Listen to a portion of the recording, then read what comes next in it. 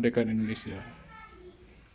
Perlu Anda ketahui bahwa perancang burung Garuda Indonesia, yaitu Sultan Abdul Hamid II Al-Qadri, bangsanya seorang Ba'alawi dari Kesultanan Pontianak. Dan juga Sultan Siak, Sultan Kasim dulu pernah menyumbangkan uang yang begitu banyak untuk kemerdekaan Indonesia. Bahkan Sultan Muhammad dan Sultan Kubu, Kesultanan Pontianak dan Kesultanan Kubu, dan juga beberapa sultan yang lain yang ada di Kalimantan, di zaman penjajahan Jepang mereka semua dibantai. Dan juga lagu 17 Agustus itu juga menceritakan kisah kerajaan Kediri, Singosari, Mojopahit, dan sampai berakhirnya Mojopahit.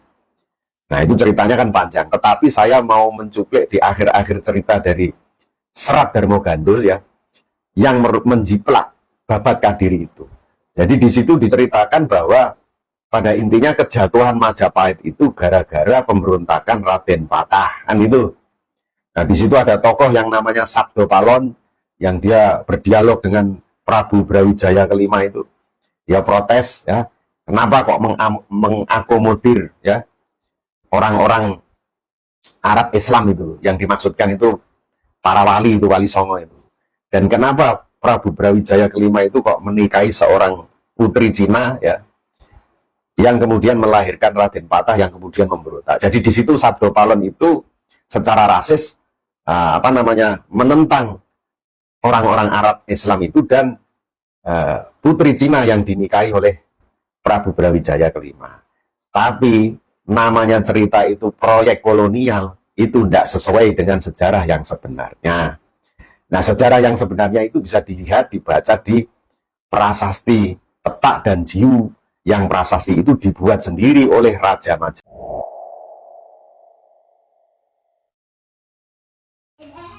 Awas klan Ba'alawi, itu komentar Anda pada video kita di acara Halal Bihalal anak cucu Prabu Gesan Ulun dari Kerajaan Sumedang Larang yang diselenggarakan oleh Yayasan Pangarap Sumedang dan juga Rukun Waris Sumedang. Saya ingin menanggapi dari komentar Anda ini. Perlu Anda ketahui bahwa di Nusantara ini banyak sekali berdiri kerajaan maupun kesultanan. Beberapa kesultanan ada yang dipimpin oleh klan Ba'alawi, seperti Kesultanan Al-Qadriyah Pontianak, Kesultanan Kubu, kemudian Kesultanan Siak di Pekanbaru Riau, dan juga Kesultanan Jambi. Bahkan Kesultanan Al-Qadriyah pernah datang ke kita, sultannya yaitu Sultan Mahfud Melvin Al-Qadri, dalam sebuah acara. Kita hormati beliau sebagai seorang tamu dan sebagai seorang sultan yang datang jauh dari Pontianak ke Sumedang. Beberapa Ba'alawi yang menjadi sultan bahkan mempunyai andil bagi kemerdekaan Indonesia. Perlu Anda ketahui bahwa perancang burung Garuda Indonesia, yaitu Sultan Abdul Hamid II Al-Qadri, bangsanya seorang Ba'alawi dari Kesultanan Pontianak. Dan juga Sultan Siak, Sultan Kasim dulu pernah menyumbangkan uang yang begitu banyak untuk kemerdekaan Indonesia. Bahkan Sultan Muhammad dan Sultan Kubu, Kesultanan Pontianak dan Kesultanan Kubu, dan juga beberapa sultan yang lain yang ada di Kalimantan, di zaman penjajahan Jepang mereka semua dibantai.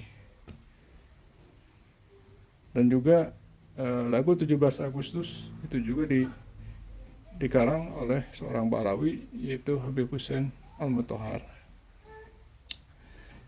Jadi jangan sampai perbedaan klan, perbedaan etnis, perbedaan suku dijadikan alat untuk memecah belah persatuan di negara kita. Ingat, semboyan daripada negara kita yaitu Bhinneka Tunggal Ika. Karena Indonesia ini terdiri berbagai etnis, berbagai suku. Ada yang dari keturunan Arab, ada keturunan Yaman, ada keturunan Cina, ada keturunan Eropa, bahkan para penjajah Jepang, Belanda, Portugis, banyak yang menikah dengan orang-orang pribumi. Dan sampai sekarang anak cucunya berada di tengah-tengah kita. Jadi perbedaan suku, perbedaan etnis, perbedaan klan, mari jadikan sebagai khasanah kekayaan daripada bangsa negara Indonesia. Jangan jadikan sebagai alat untuk memecah belah bangsa. Ingat sekali lagi, semboyan negara kita adalah Bhinneka Tunggal Ika. Jadikan keberagaman itu sebagai alat untuk mempersatukan etnis-etnis tersebut untuk memajukan bangsa dan negara kita. Itu saja yang dapat saya sampaikan. Terima kasih. Mohon maaf apabila ada kesalahan. Assalamualaikum warahmatullahi wabarakatuh. Kalau saya lihat-lihat ya, saya perhatikan tuh, polemik nasab Ba'alawi ini ditunggangi opini oleh golongan Darmo Gandulis. Nah, siapa mereka golongan Darmo Gandulis? Mereka ini adalah orang-orang Jawa ya. Saya juga orang Jawa ini. Mereka ini adalah orang-orang Jawa yang masih mempertahankan kepercayaan isi dari Serat Darmo Gandul. Nah, Serat Darmo Gandul ini kan dibuat pada zaman Belanda pada tahun 1900. Isi Serat Darmo Gandul ini menjiplak isi dari Babat Kadiri. Babat Kadiri sendiri itu dibuat pada tahun 1850-an. Jadi sekitar 50 tahun sebelum Serat Darmo Gandul itu dibuat. Apa isi dari Babat Kadiri? Babat Kadiri sendiri itu menceritakan bahwa proses penyusunan Babat Kadiri itu diawali oleh perintah dari Gubermen atau pemerintah Hindia Belanda yang menyuruh seorang amtenar di Kediri pada saat itu, seorang semacam jaksa itu, ya, pegawai dari pemerintah Hindia Belanda yang bernama Mas Ngabeyi Purbowijoyo. Jadi Mas Ngabeyi Purbowijoyo ini ditugasi untuk menyusun sejarah Kediri, dari kerajaan Kediri, Singosari sampai Mojopahit sampai berakhirnya Majapahit. Tapi Mas Ngabeyi Purbowijoyo ini meminta bantuan pada seorang dalang yang bernama Ki Dermokondo. Nah, ini dikisahkan di dalam Babat Kediri itu yang saya omongkan ini. Nah, dalang yang bernama Ki Dermokondo itu sebenarnya dia nggak ngerti sejarahnya, tapi dia ngaku bahwa punya kenalan yang bernama Jin Butolocoyo, yang kemudian untuk mendatangkan Jin Butolocoyo itu, dalang Ki Dermokondo itu meminta bantuan seorang panja atau penabuh gamelan yang bernama Ki Sondong. Ki Sondong inilah dengan suatu ritual kemudian dia kesurupan. Lantas dia menceritakan kisah kerajaan Kediri, Singosari, Mojopahit, dan sampai berakhirnya Mojopahit. Nah, itu ceritanya kan panjang, tetapi saya mau mencuplik di akhir-akhir cerita dari Serat Darmo Gandul ya, yang menjiplak Babat Kadiri itu. Jadi di situ diceritakan bahwa pada intinya kejatuhan Majapahit itu gara-gara pemberontakan Raden Patah, kan itu. Nah, di situ ada tokoh yang namanya Sabdo Palon yang dia berdialog dengan Prabu Brawijaya kelima itu. Dia protes ya, kenapa kok mengakomodir ya orang-orang Arab Islam itu, yang dimaksudkan itu para wali itu, Wali Songo itu. Dan kenapa Prabu Brawijaya kelima itu kok menikahi seorang putri Cina ya, yang kemudian melahirkan Raden Patah yang kemudian memberontak. Jadi di situ Sabdo Palon itu secara rasis menentang orang-orang Arab Islam itu dan putri Cina yang dinikahi oleh Prabu Brawijaya kelima. Tapi namanya cerita itu proyek kolonial, itu tidak sesuai dengan sejarah yang sebenarnya.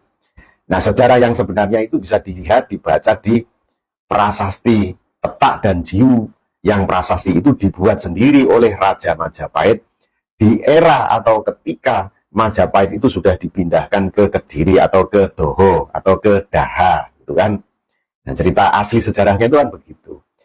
Jadi kejatuhan Majapahit yang dulunya berpusat di Trowulan itu akibat kudeta dari Girindrawardana Dyah Ranawijaya yang kemudian setelah berhasil menghancurkan Majapahit yang berpusat di Trowulan itu dipindahkanlah ke Kediri atau ke Kedaha. Nah, kan gitu. Lalu kemudian ada catatan sejarah kedatangan siapa itu? Tom Pires dari Portugis ke Jawa, dia mencatat bahwa pada era akhir-akhir Majapahit itu, ya, di situ justru yang berkuasa itu dia sebut namanya Gusti Patih. Nah, Gusti Patih ini adalah patih udara. Jadi Girindrawardana Dyah Ranawijaya itu secara de facto itu juga sudah sudah kalah perbawa dengan Patih Udara itu. Nah, pada saat itu antara Demak dengan Majapahit yang sudah pindah ke Daha ini, mereka sudah saling serang gitu. Jadi tidak ada cerita yang sebenarnya bahwa Raden Patah itu memberontak kepada orang tuanya sendiri seperti yang dikisahkan di Serat Darmo Gandul. Itu serat tujuannya untuk memecah belah golongan Jawa Muslim dengan golongan Jawa Abangan. Nah, orang kalau ngerti sejarah itu proyek kolonial ya. Jadi itu kisah di dalam Serat Darmo Gandul itu karangan untuk memecah belah kekuatan bangsa Jawa. Kok sampai sekarang masih diikuti? Lalu mereka inilah yang kemudian kowar-kowar teriak bahwa para Habib itu para imigran dari Yaman. Nah, seperti itu. Jadi narasi rasis seperti itu sudah ada dari zaman kolonial Belanda yang memang itu didesain oleh pemerintah kolonial Belanda. Jadi makanya kalian itu ya, para Darmo Gandulis itu yang masih mempercayai cerita Serat Darmo Gandul, itu kalian itu masih bermental memecah belah bangsa karena mengikuti proyek kolonial itu gitu loh. Lalu konsepsi NKRI itu terdiri dari banyak etnis, termasuk etnis Cina, etnis Arab ya. Mereka sudah turun-temurun bahkan dari sejak zaman Singosari. Kalau misalnya kita belajar sejarah dengan benar, itu sudah ada di Nusantara kan begitu. Nah, kemudian datang secara bergelombang, ya sama, leluhur orang Jawa itu pun datang ke Jawa ini juga bergelombang. Dulu mereka juga merupakan imigran berasal dari mana? Bangsa Austronesia, bangsa Austroasiatik, yang bahkan kemudian menggeser penduduk Jawa yang sudah ada lebih dulu ya.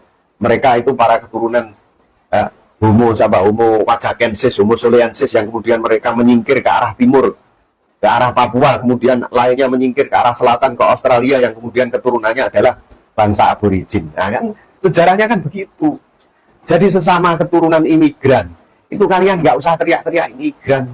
Nah, kalian kalau percaya dengan Serat Darmo Gandul, ya, jadi kaum Darmo Gandulis, ya seperti itu akibatnya. Jadi otaknya masih dongok kan gitu.